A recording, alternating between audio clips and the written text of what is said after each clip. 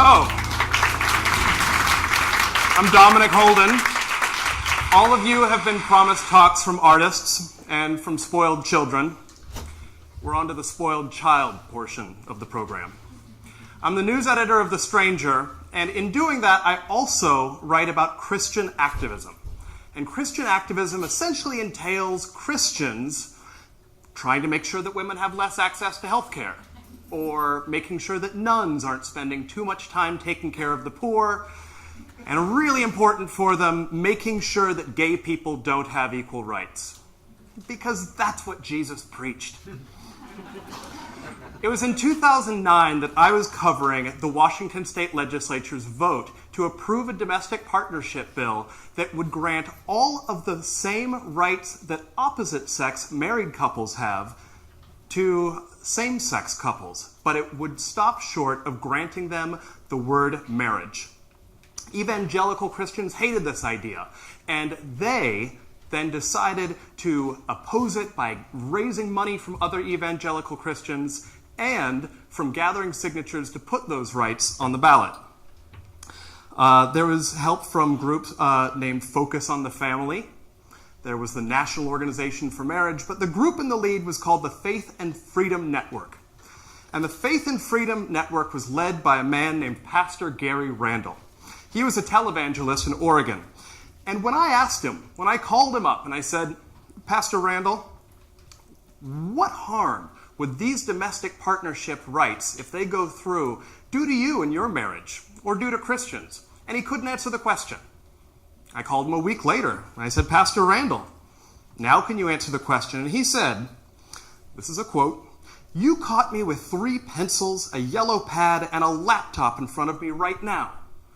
Because apparently you can preach a message, and you can file an initiative, and you can raise thousands of dollars, and you still don't quite know why you're doing it." But he was asking people for a lot of money. So I wondered what the people who were donating to his campaign thought. I got out my pencils, and my legal pad, and my laptop, and my phone, and I decided to call them.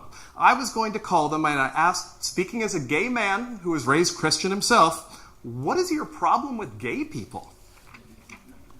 The very first person I reached was a man named James McFadden. And he lives on Mercer Island, and he's a pharmacist. He contributed $100 to the campaign. And he said that the reason he donated is, quote, "I strongly believe that marriage is between a man and a woman." But then he also said something strange. He said, gay marriage is going to happen. So if he thinks it's a lost cause, then why is he pressing this issue?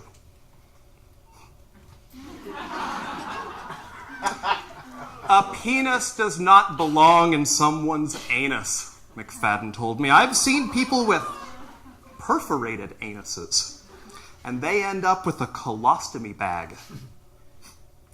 In other words, what happened was this. I called him, and we started talking about politics and policy, and when we tried to get to what the real issue is, he was talking about penises and anuses. He didn't want to talk about politics. He didn't want to talk about marriage. He wanted to talk about gay people, about anal sex, about colostomy bags. This is probably a good place to say that if your sex is perforating your anus, stop.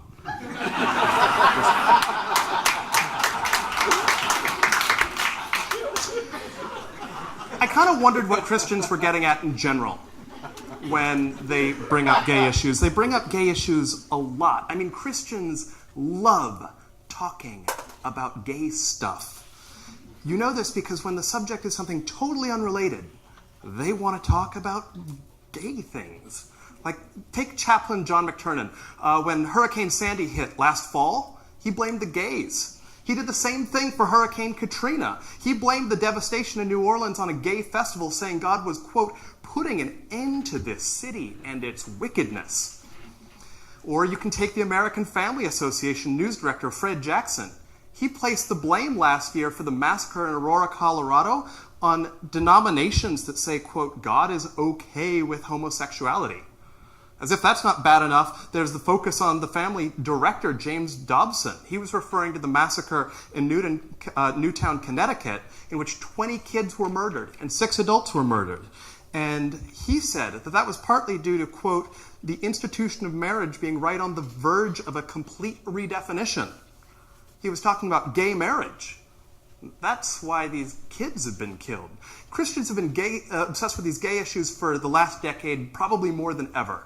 From the clubs you can join to the rights they can receive, and they've made it a leading theme of Christian politics, of American politics. But when they're pointing their ire, their religious, political ire at gay issues, I mean, what are they really getting at?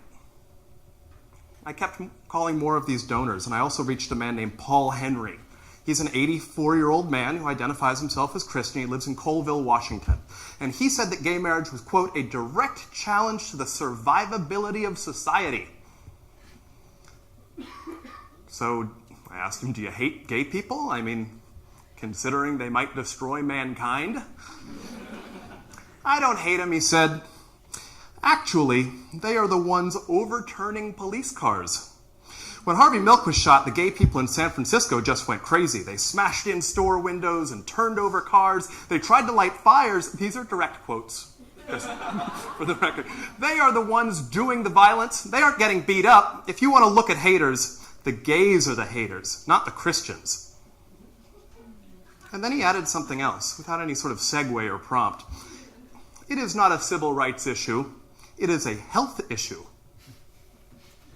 A health issue? Do you think gay people are gross? I asked him. I would say even more than gross. I think that they are major incubators of a lot of the bacteria. It is common for homosexuals to have hundreds of different sexual experiences with people. They do fisting. They do water sports, and on and on. There are bacteria called gay-related syndrome or something. It is not healthy. And by using lots of antibiotics against them, the antibiotics are no longer usable because they don't work. So when Mr. Henry had a chance to talk about the future of the human race, he wanted to talk about fisting and anal sex and how unhealthy gay people are. I also reached a woman named Esther Mayo, and she had volunteered for this campaign in 2009 to stop domestic partnership rights. She's an evangelical Christian in Olympia, and she was circulating petitions at her home Bible study group and at her church. And every single petition that she circulated, it contained the exact text of the domestic partnership bill. The petition, I mean, obviously, it's passed by the legislature, didn't say anything about gay sex. But here's how Ms. Mayo explained why she was working on this campaign. My main reason is that I don't want our state to, well, to put it bluntly, I don't want our state to legalize sodomy.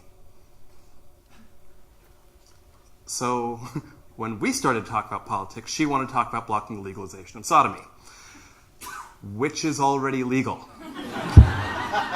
And it was more about like this ongoing obsession with gay dudes having anal sex. And so my question is, what about the lesbians? Why do the Christians always leave them out? Referendum 71, as you may remember, passed anyway that year, because even though specter of perforated anuses and colostomy bags and sodomy was a big motivator for certain Christians at the polls, it was not a motivator for most voters. So 4 years later, 2012, 3 years later, I can't add, the legislature voted to give gay couples the word marriage too. And again, Christian activists wanted to overturn it at the ballot. Behind the effort was a group named Preserve Marriage Washington, and they didn't use words like sick or perverse or sinful or colostomy bags when they were talking about gay people. They used a blander, more palatable language about a need for a mother and a father. But I wondered again about the people who were actually donating to this campaign. So I called them. And one of the first people I reached was a man named Curtis Wickstrom, and he contributed $2,500. He lives on Orcas Island.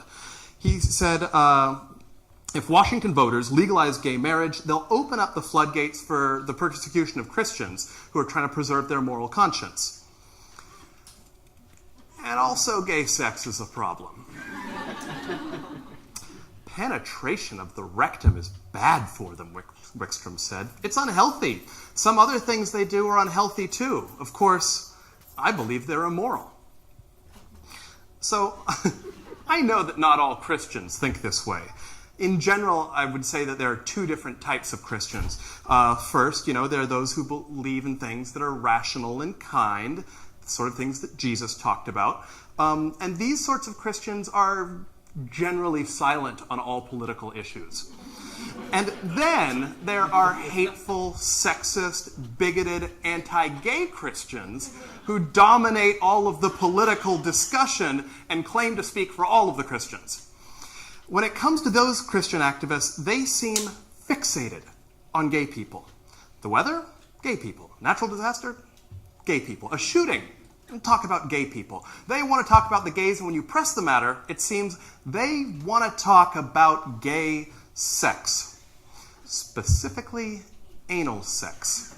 And without any help or any segue into perforated anuses or sodomy bags, it seems that what Christians really want to talk about, what they're getting at, is poop. I mean, they talk a good game about, being interested in family and commitment and children and all of their virtue and stuff. But no, when it comes right down to it, they're trying to talk about poop. In fact, if anybody walked out of this talk, it was probably to go talk about poop. Never mind that lots of straight people in traditional marriages penetrate their wives' rectums all the time. But when straight people do it, that's not poop sex, that's love. But finally, as a gay man who was raised Christian, I would like to give this message to all of the poop-obsessed Christians. If there is poop in your sex, you're doing it wrong. Thank you.